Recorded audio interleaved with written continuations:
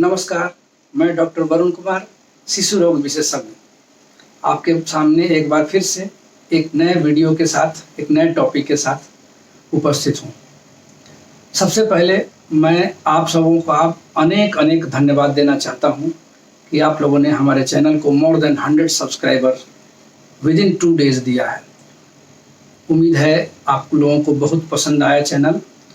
सो हम एक और टॉपिक आज डिस्कस करेंगे।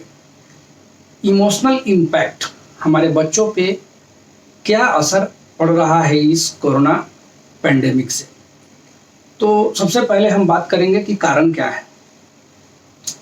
कारण क्या है इसके,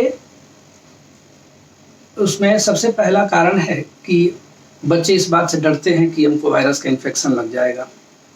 इनकेस लग गया तो या तो क्वारंटाइन या आइसोलेशन में जाएंगे, वहाँ पर कोई मिलने नहीं आएगा, अकेले रहना पड़ता है, कंडीशन अच्छी नहीं है, वहाँ पर बहुत प्रॉब्लम होती है, उसका एक डर है। दूसरा है सकम करने का डर कि कहीं हम एक्सपायर न कर जाए। दूसरी बात है कि बच्चों में घर में बंद रहते हैं। जनरली बच्चे अभी घर में बंद रह रहे हैं, कन्फाइंड हैं घर में, बाहर जाना नहीं है। होम ऑनलाइन क्लासेस चल रही है।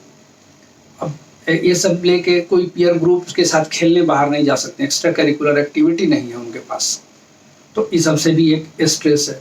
दूसरा है बहुत सारे फैमिली में पेरेंट्स का जॉब चला गया है, उनका बिजनेस ठीक नहीं चल रहा है, नतीजा वो चिड़चिड़ापन है। तो कुछ डोमेस्टिक वायलेंस भी हो रहा है घर में, बच्चे उसके गवाह होते हैं, बच्चों से देखते हैं, कभी कभी वो खुद ही उसके शिकार हो जाते हैं। इसके चलते भी एक स्ट्रेस है। दूसरी बात है कि कभी देखा जाता है कि पेरेंट्स कोविड पॉजिटिव निकल गए, उनको एडमिट करना पड़ेगा और बच्चे ऐसे में घर पे हैं। तो घर पे रहेंगे अकेले तो ठीक है, फ्रेंड्स रिलेटिव कोई भी आके बच्चे को केयर देता है, लेकिन nobody can replace mother father.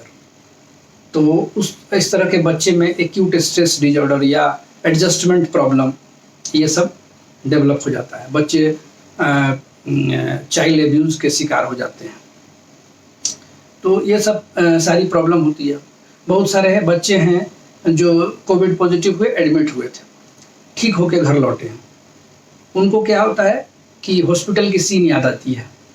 Suppose करिए वहाँ किसी का डेथ उन्होंने देखा है, नाइट मेयर्स आते हैं, उनको बुरा सपना आता है। तो ये सब सारी फैक्टर है।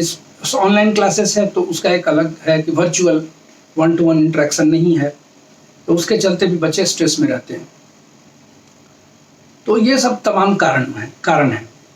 अब आपका बच्चा साइकोलॉजिकली स्ट्रेस में है, इमोशनली डिस्टर्ब है कि नहीं, ये जानने के लिए कुछ लक्षण हैं। जैसे बच्चे के स्लीप पैटर्न में, फीडिंग हैबिट, फूड हैबिट में चेंज आ गया है। बच्चा खाना ठीक से नहीं खा रहा है, साउंड स्लीप नहीं ले रहा है, रात में देर तक जगता है, सुबह में जल्दी उठ जाता है। उसके बाद है आपका कि एग्रेसिव हो गया है या अलग रह रहा है, शांत रह रहा है, किसी से मिलना जुलना नहीं चाहता है, शांत रहता है। ज़्यादा कोई बात हुई तो एग्रेशन हो गया, गुस्सा गया, या कभी कभी ज़्यादा स्ट्रेस मम्मी पापा दे दिए तो रोने भी लगा बिना किसी कारण के। और है कि जैसे सर दर्द, पेट दर्द, बदन दर्द, ये सब कंप्लेन होते हैं बच्चे के। आप डॉक्टर से दिखाएंगे तो आपको कोई भी फिजिकल सिम्टम, कुछ साइंस नहीं नज़र आते हैं। आपने एक्सरे कराया, अल्ट्रासोनोग्राफी कराया, लेकिन कुछ भी नहीं मिलता है। कोई बॉडीली माने कोई फिजिकल साइन उसके नहीं मिलते हैं कि इसके हेडेक का और ये सब का कारण क्या है। तो वो एक आपका इमोशनल फैक्टर के चलते होता है। बहुत बार बच्चे डिपेंडेंट टाइप के हो जाते हैं। अगर आप देखिए कि अकेले नहीं रहना चाहता है, अचानक से इसको डार्कनेस से डर लगने लगा है। जब घर से आप बाहर जाते हैं, बार बार फ़ोन करके बोलता है वापस आ जाओ, घर आ जाओ। तो ये सब सिम्टम अगर डेवलप कर गया है। सपोज करके पहले प्लेफुल एक्टिविटी जो एंजॉय करता था, अब वो प्लेफुल एक्टिविटी में बिल्कुल इंटरेस्ट नहीं लेता है। तो ये सब सारी तमाम बातें हैं। इससे आप समझ सकते हैं कि मेरा बच्चा मनोवैज्ञानिक रूप से परेशान है। तो ये आपको इससे बचाना है बच्चे को। इससे बचाने के लिए हम पेरेंट्स क्या करेंगे, इसका उपाय क्या है, कैसे इससे बचाया जाए बच्चे को। तो ऐसे में मेरा सबसे जो ये रहता है कि बच्चों के साथ बच्चे बने, बच्चों के साथ बच्चे की तरह पेश आए। छोटे बच्चे हैं घर में, उनके साथ खेलें, उनके साथ गुनगुनाएं, उनके फेशियल एक्सप्रेशन को नकल करें, उनको छोटी छोटी कहानियाँ सुनाएं, फोटो दिखा के कहानियाँ सुनाएं। उसके बाद आप घर के चारों तरफ एरिया है, जैसे सोसाइटी में रह रहे हैं तो आप नीचे निकल के बच्चों को लेकर थोड़ा घुमाएं टहलाएं, नहीं हो तो छत पर जाएं, कोशिश करें क्राउडेड स्पेस में नहीं जाएं, लेकिन ये सब थोड़ा सा बाहर लेके घूम सकते हैं, उसके साथ खेल सकते हैं। बहुत सारे बच्चे एंजॉय करते हैं क्लीनिंग, आप एक तरफ क्लीनिंग करेंगे, बच्चा आपका दूसरी तरफ क्लीनिंग करता है। फूडिंग कुकिंग एंजॉय करे, बच्चा कुकिंग खेलना पसंद करता है, तो ये सब चाहिए। होमवर्क है उसका, तो होमवर्क बनाने में उसकी मदद करें। तो ये सब काम करके आप थोड़ा सा उसको इंगेज कर सकते हैं। दूसरी बात है कि जब भी कोई हरकत आप देख रहे हैं जिससे आपको लग रहा है कि ये गलत कर रहा है, तो आप डांटने वाले अंदाज से ज़्यादा बेहतर होगा समझने वाले। आपके शब्द का चुनाव, आपके वाक्य का चुनाव समझाने वाला होना चाहिए, ना कि डांटने वाला। मैं एक एग्जांपल देता हूँ। ये सपोज करिए कि आपने देखा कि बहुत सारे खिलौने एक जगह बिखरे हुए हैं, बच्चा खेला और खिलौना वहीं पे छोड़ दिया है। तो अगर आप डांटने वाले अंदाज से बोलेंगे तो बोलेंगे कि क्या यह हाल बना रखा, कितनी गंदगी फैला रखे हो, एकदम मैसअप कर दिए हो पूरा, हटाओ यहाँ से। समझाने वाले अंदाज से बात करेंगे तो आपका क्या रहेगा, बाबू तुम्हारे खिलौने यहाँ पड़े हुए हैं, इसको सही जगह पे रख दो, हम भी तुम्हारी मदद कर देंगे।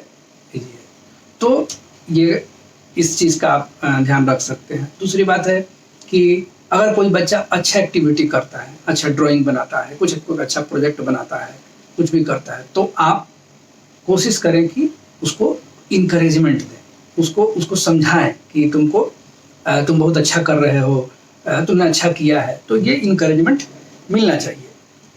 अब दूसरी बात ये है कि बड़े बच्चे हैं थोड़े से 12 ईयर्स प्लस 14 ईयर प्लस, आप उनके साथ बैठकर थोड़ा समय बिताएं और जानने का कोशिश करें कि वो 5 मिनट की बात करेंगे तो आप समझ में आ जाएगा कि ये बच्चा कौन सी तरह की बात करना चाहता है, या कोरोना रिलेटेड बात करना चाहता है, या कुछ भी जो भी वो बात करे आपको समझ में आ जाएगा। आप इत्मीनान से ध्यान से उसकी बात को सुनें और ये जानने की कोशिश करें कि उसके पास जो इन्फॉर्मेशन है कोविड-19 पेंडेमिक के बारे में वो कितना सही है। अगर उसे बहुत सारा र्यूमर, बहुत सारी मिथ जो बातें हैं जो सोशल नेटवर्किंग साइट पे चलते रहती हैं, वो सब अगर जानता है तो आप उसको कोशिश करें कि उसकी जानकारी को रेक्टिफाई करें, र्यूमर्स हटा के अच्छे रेफरेंस से आप जो टॉपिक है उसको, जैसे WHO के या ICMR गाइडलाइंस के थ्रू या इंडियन एकेडमी ऑफ पीडियाट्रिक्स के थ्रू जो दिए जा रहे हैं उसको समझाएं, वो उसके थ्रू उसके र्यूमर को हटाएं कि ये गलत नॉलेज है तुमको, ये इसका सही चीज़ है। दूसरा चीज़ है कि एक रूटीनबद्ध रखें, रूटीनबद्ध काम करें, लेकिन रूटीन में फ्लेक्सिबिलिटी थोड़ा सा रखें। कोई हार्ड एंड फास्ट रूल नहीं आप अप्लाई करें। खाने पीने की पूरी छूट दें, लेकिन ध्यान रहे पौष्टिकता का, कि बच्चे पौष्टिक अगर आहार लेंगे तो ज़्यादा बेहतर रहेगा। बिकॉज रिपोर्ट आ रहे हैं कि चाइल्ड ओबेसिटी बहुत बढ़ गया है इस कोविड पेंडेमिक में, तो इसका एक ध्यान रखें। और बच्चे के साथ ईमानदारी, कोई भी इंस्ट्रक्शन दे, कुछ भी समझाएं तो ईमानदारी से क्लियर कट वर्ड्स में, साफ साफ शब्दों में, और समय देकर, कोई जल्दी नहीं है, को देके उसको आप समझाएं बच्चे को कि क्या सही है क्या गलत है। बच्चे, आप जो हैं अपने बच्चे के लिए रोल मॉडल है, आपके बिहेवियर को बच्चा कॉपी करेगा। तो आप हैंड हाइजीन कैसे मेंटेन कर रहे हैं, आप कैसे सोशल डिस्टेंसिंग मेंटेन कर रहे हैं, किसी के साथ कैसे बिहेव कर रहे हैं, उसको वो लोग कॉपी करते हैं। और लास्ट में जो सबसे इम्पोर्टेंट बात है कि अगर आपका बच्चा कोई यौन उत्पीड़न से संबंधित शिकायत लेके अगर आपके पास आता है तो उसको 100% सही रूप से सही लें और उसके हिसाब से उसका एक्शन लें। तो इन छोटी छोटी बातों पे अगर आप ध्यान देते हैं तो आपके बच्चे में मनोवैज्ञानिक परेशानियां कम होंगी। अगर उसके बावजूद भी जो लक्षण हम पहले जिक्र किए हैं अगर वो रहता है और उसके डेली लाइफ को डिस्टर्ब करता है तो आप किसी मनोचिकित्सक या बहुत सारे हेल्पलाइन नंबर हैं, मिनिस्ट्री ऑफ हेल्थ का भी है, health and family welfare, child line का एक नंबर है 1098, ये सबसे आप संपर्क करें और काउंसलिंग कराने की कोशिश करें। तो आज के वीडियो में इतना ही। उम्मीद करते हैं ये वीडियो भी पसंद आएगा और अगर सब्सक्राइब नहीं किए हैं तो हमारे चैनल को अभी सब्सक्राइब कीजिए। अच्छा लगे तो लाइक दीजिए, कमेंट दीजिए, हमको इनकरेज कीजिए ताकि हम इस तरह की वीडियो बनाकर आप तक पहुंचाते रहें। नमस्कार, थैंक यू।